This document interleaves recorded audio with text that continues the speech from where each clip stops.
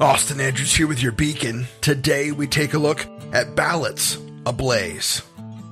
Well, an Arizona man set the contents of a mailbox ablaze with the stated goal of going to jail. Incendiary devices have been used in Washington state and Oregon state, targeting ballot boxes. On a rainy Monday morning, these were the sounds heard by Vancouver, Washington firemen as they scooped fiery ballots out of a red ballot box clearly labeled as an official ballot drop location with a gardening hoe.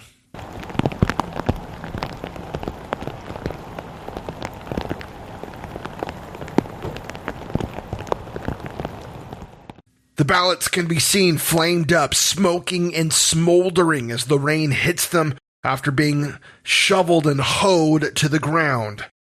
The pile seems to be reduced to wet ash after some time. Wet ash, damaged ballots, and the like were then scooped into a very large bag, either some sort of evidence bag or even a kind of duffel bag, as is seen on a video published by theblaze.com.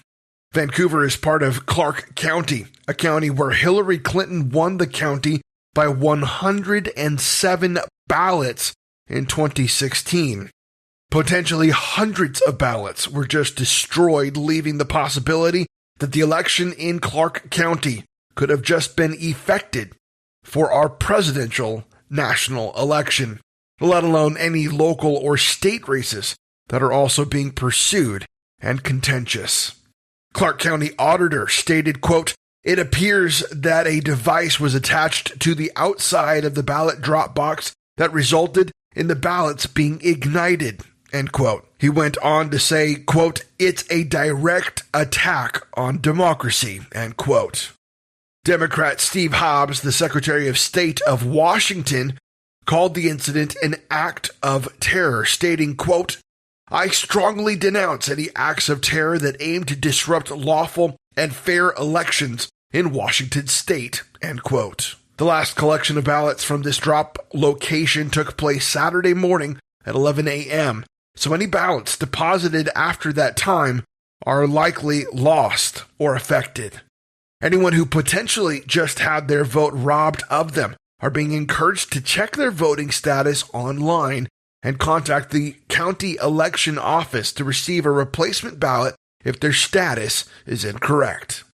These ballot drop locations are supposed to be protected by a fire suppressant system, but the Vancouver incident saw that suppressant system completely fail. Now, this was not an isolated incident in the northwest of the United States, as 10 miles away from Vancouver, in Portland, Oregon, about 2 hours earlier, an incendiary device exploded in a drop box. This drop box had a fire suppressant system which activated, preventing any significant fire damage like that seen in Vancouver, leading to only 3 ballots being affected by the blast and aftermath. The Portland Police Bureau stated, quote, "By the time officers arrived, the fire had already been extinguished by security personnel who work in the area. Officers determined that an incendiary device was placed inside the ballot box and used to ignite the fire. PPB's Explosive Disposal Unit, EDU, responded to the scene and cleared the device," end quote. It is currently unknown if the two incidents are linked in any way. Now, these incidents are just the latest to cause concern for the security of our elections.